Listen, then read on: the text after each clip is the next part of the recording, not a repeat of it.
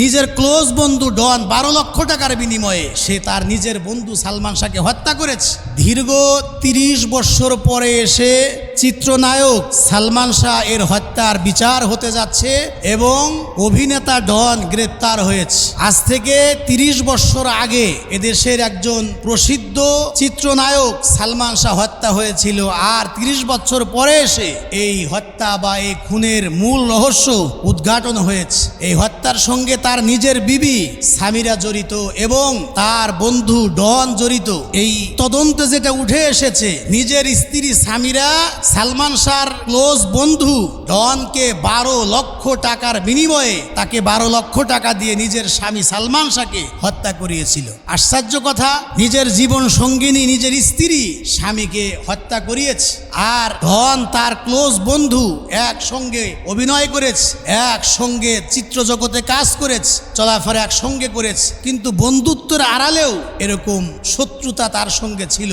এজন্য এখান থেকে আমরা যে শিক্ষাটা পাই, আমার নিকটতম আত্মীয়, আমার কাছের মানুষ, সেও কিন্তু আমার শত্রু হতে পারে। সব আত্মীয় কিন্তু আমার আত্মীয় নয়। আবার আমাদের একসঙ্গে চলাফেরা করে ফ্রেন্ড সার্কেল আছে, বন্ধু বান্ধব আছে, এরা মুখোশধারী বন্ধু।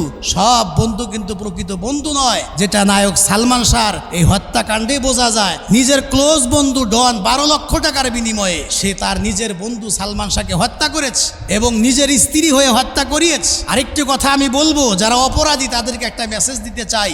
আপনি হয়তোবা বর্তমান অবস্থা বা বাতাস আপনার অনুকূলে থাকার কারণে যদি আপনি এখন অপরাধ করেন, সেটা 10 বছর, 20 বছর, 30 বছর, 50 বছর পরে হলেও আপনি কিন্তু বিচারের মুখোমুখি হবেন। কিয়ামতে তো হবেনই, কিয়ামতের ময়দানে আল্লাহ রাব্বুল আলামিনের আসামির কাঠগড়ায় তো আপনি অবশ্যই দাঁড়াবেন। এই দুনিয়াতেও কিন্তু আপনার কোনো না কোনো সময় দেরিতে হলেও কিন্তু আপনার বিচার হবে। এজন্য আমরা অপরাধ করতে হিসাব করে করা উচিত। আল্লাহ রাব্বুল আলামিন যেন আমাদেরকে সকল প্রকার অন্যায় অপকর্ম থেকে বেঁচে থাকার, নেক আমল করার, প্রকৃত মানুষ হয়ে কবরে যাওয়ার তৌফিক দান করেন।